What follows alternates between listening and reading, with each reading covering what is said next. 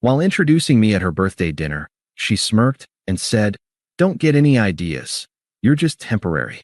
Everyone chuckled awkwardly. I stood up, paid my share, and said, "Guess the temporary part just ended," and left. She called an hour later crying. I never answered.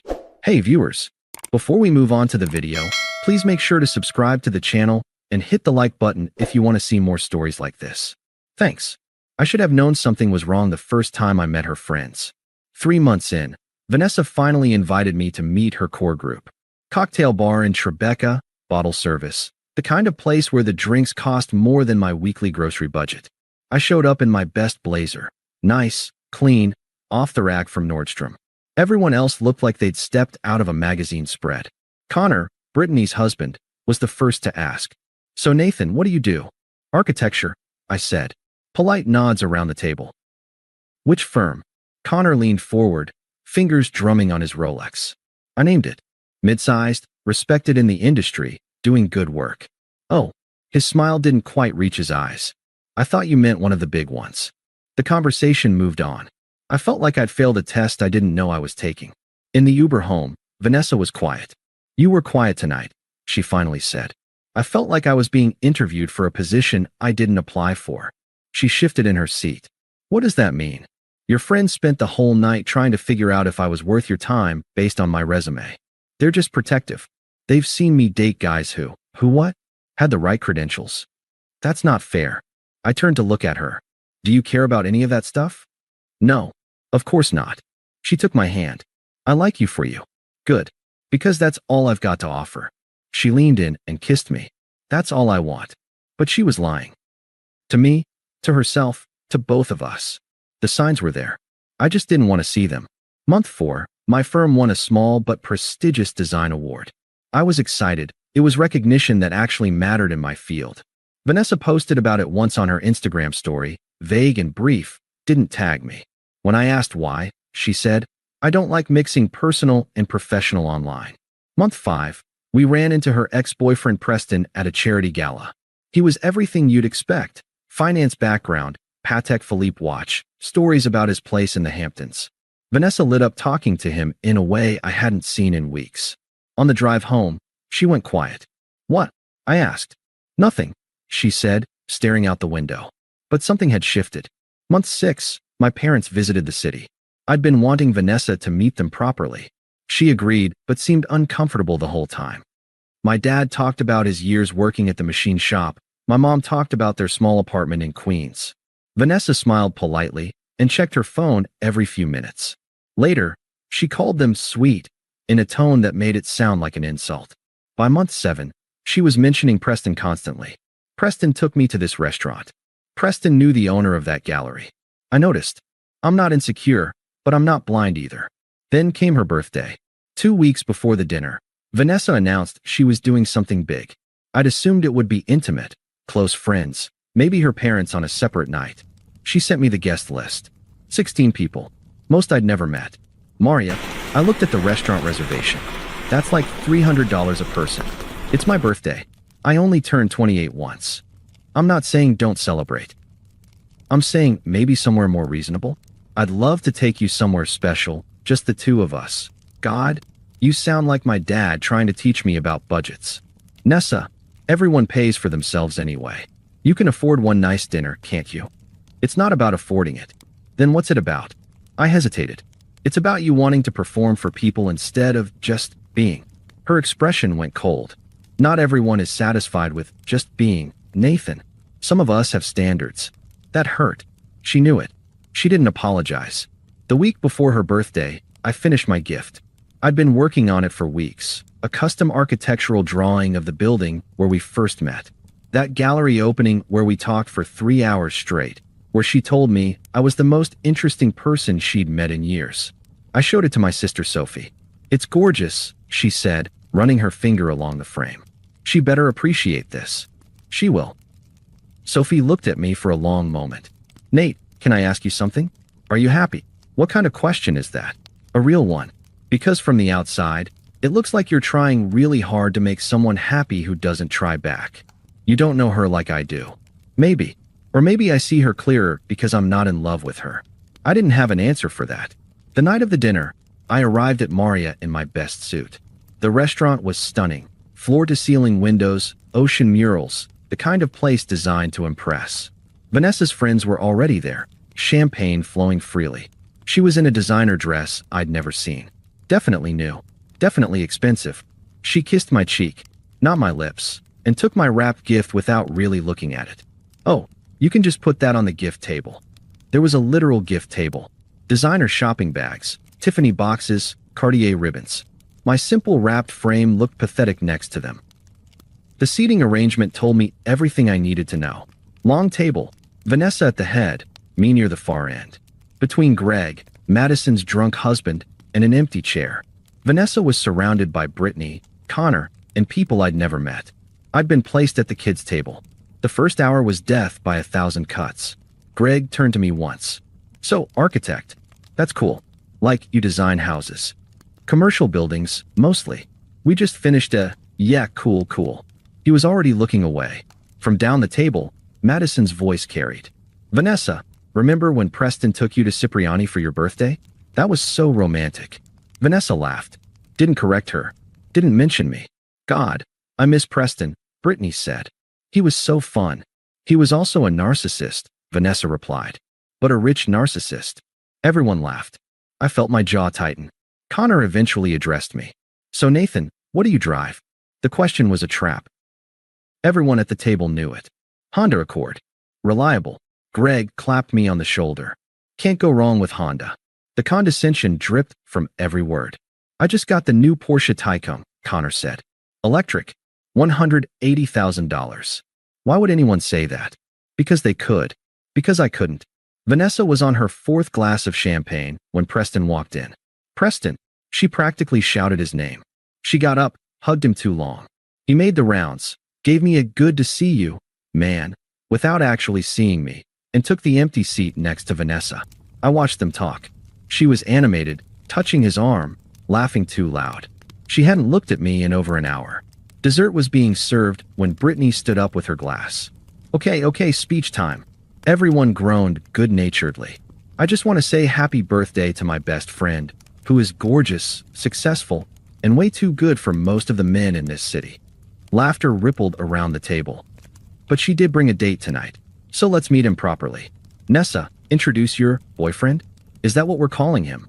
Vanessa stood up, unsteady on her heels, glass in hand. Okay. Yes.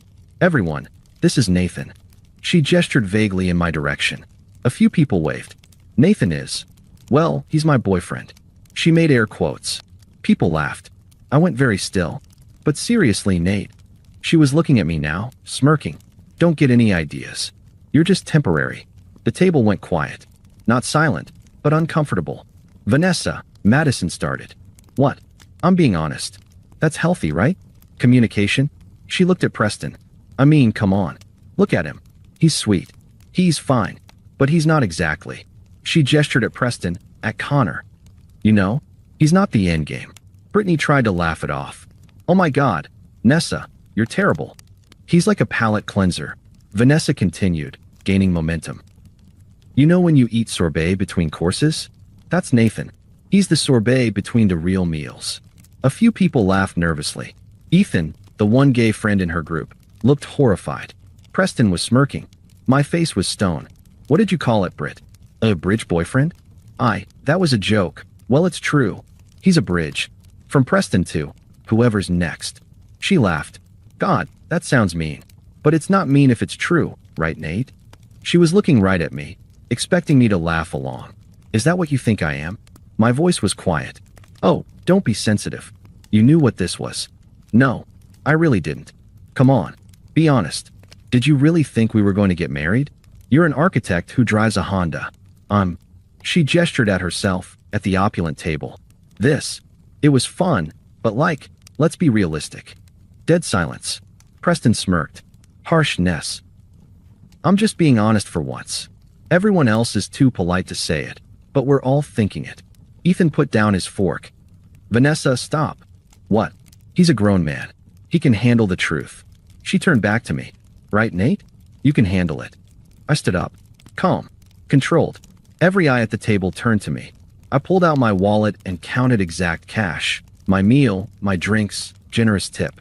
Placed it on the table in front of my plate. You're right about one thing, I said. What's that? I can handle the truth. Nate, sit down. You're making a scene. You just called me a palate cleanser in front of 16 people. The scene's already been made. Her face shifted. Nervous now. I was joking. God, can't you take a joke? Were you joking when you said I'm not the endgame? Or when you said I'm temporary? Or when you wondered out loud if anyone at this table actually thought we'd get married? She had no answer. I looked around the table. Did that sound like a joke to any of you? Silence. Ethan shook his head slightly. Preston was still smirking. Here's the thing, Vanessa. I kept my voice level. You're absolutely right. I'm not your endgame. Because you don't get to decide my endgame anymore. I do. Nathan, wait. She stood up, panicking. I've spent 8 months trying to be good enough for someone who just announced to everyone here that I never was and never would be. I didn't say that, yes. You did. You just didn't expect me to hear it like that. You expected me to sit here and take it because I'm just temporary and temporary things don't get a say. You're overreacting. I walked to the gift table and picked up my wrapped frame. I made you something. Spent weeks on it. But you know what? You don't deserve it. Nathan, please. I looked at her one more time. She was crying now, mascara running. Guess the temporary part just ended. I turned to the table. Enjoy your dinner. I walked out. Didn't rush. Didn't slam anything. Just left. I sat in my car in the parking garage for 20 minutes. Hands on the steering wheel, breathing. I wasn't crying. Wasn't angry. Just clear. I unwrapped the gift I'd made her. The architectural drawing really was beautiful. Detailed, professional, hours of work. I'd keep it for myself. I drove to Marcus's apartment. My best friend took one look at my face and said, "What happened?" I told him everything. Word for word. "Jesus Christ," he said when I finished. "Yeah. So what are you going to do?" "Nothing. Nothing. What's there to do?" She said what she thinks. I left. "It's done." Marcus leaned back on his couch. "She's going to call." "Probably. Are you going to answer?" "No. Not even to hear her out."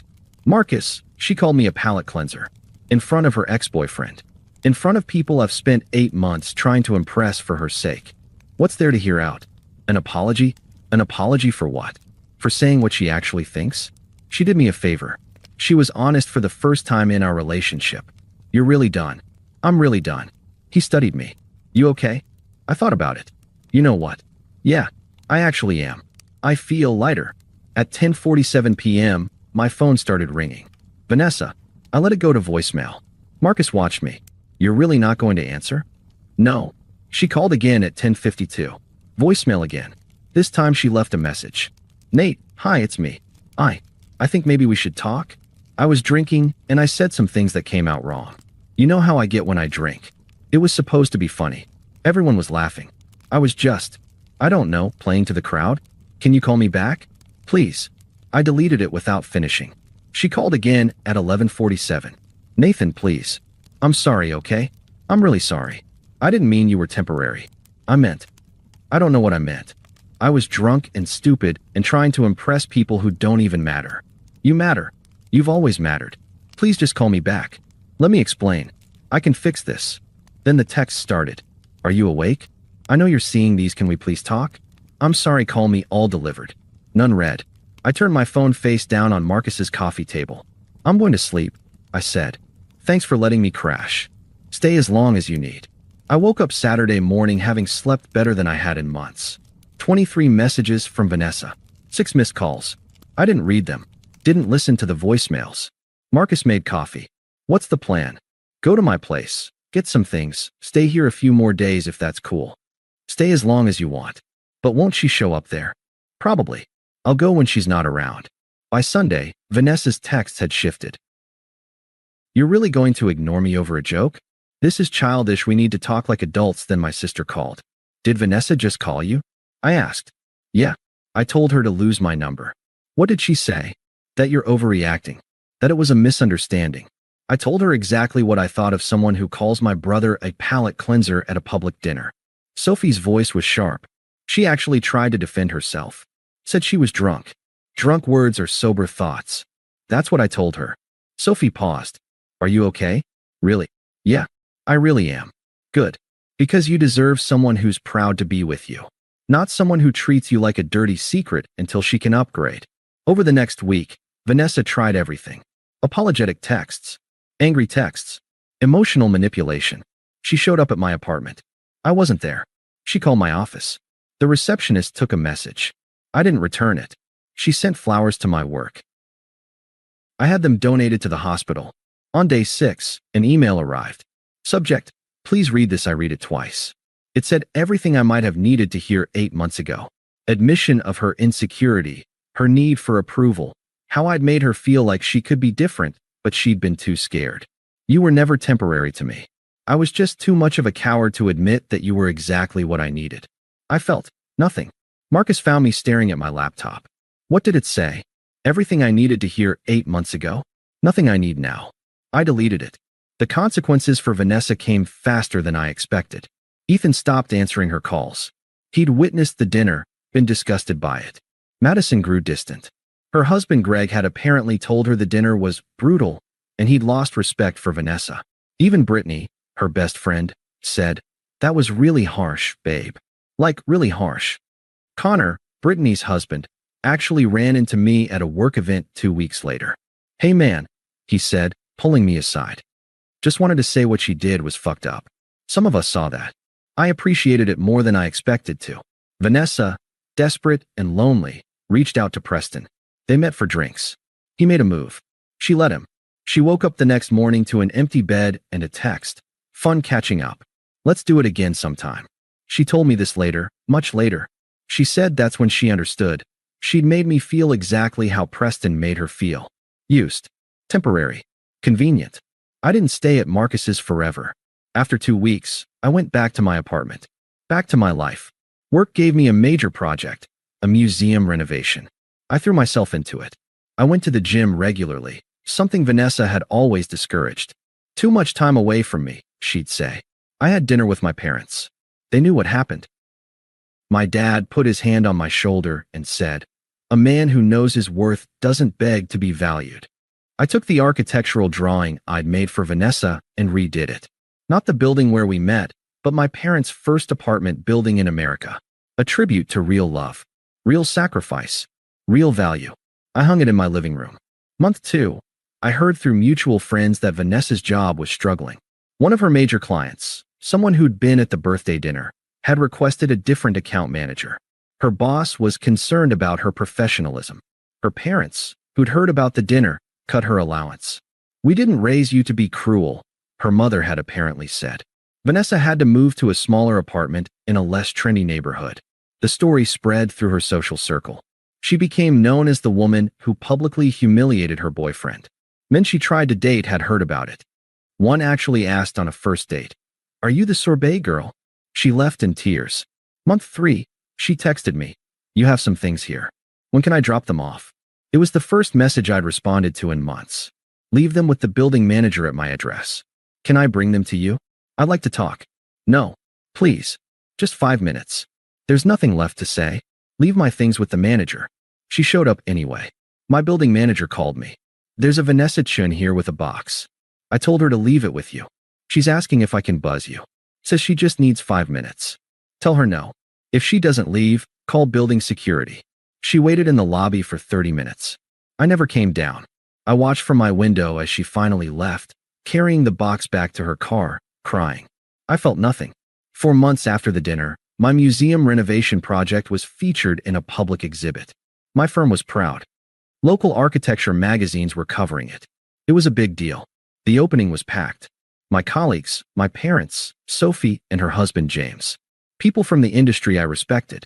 I was standing near one of my renderings, talking to a journalist about the design choices, when I saw her.